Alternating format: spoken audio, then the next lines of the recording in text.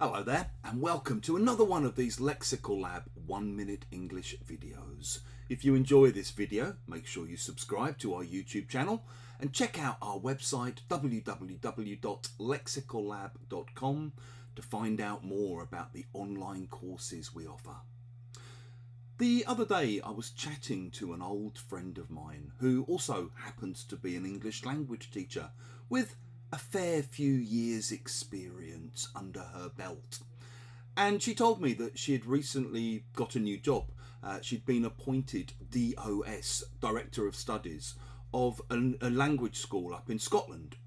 And when I asked how it was going, what it was like, she told me that it was quite a big setup. It was quite a large organisation, much bigger than anywhere that she'd been in charge of before.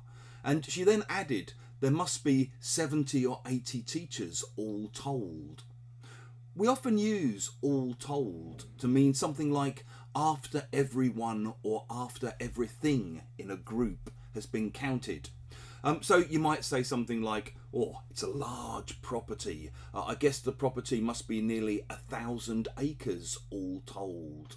Or maybe, if you're an estate agent, you might say, it's an enormous property. It's almost 1,000 square metres all told.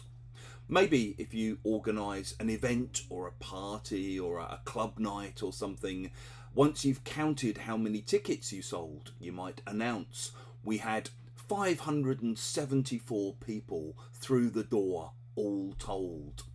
We also often use it when we're talking about prices. So you might say something like, the cost of the app ended up being £84,000 all told. And sadly, it's also something we often hear in the news at the moment as the war in Ukraine continues. You might hear something like, all told, 12 people died and 74 were injured in the most recent attack. If you have enjoyed this video, please do share it with your friends, your students, your colleagues. Please click the like button. It helps other people find out about what we do. And in the comments section below, we'd love to see examples of how you think you might use all told.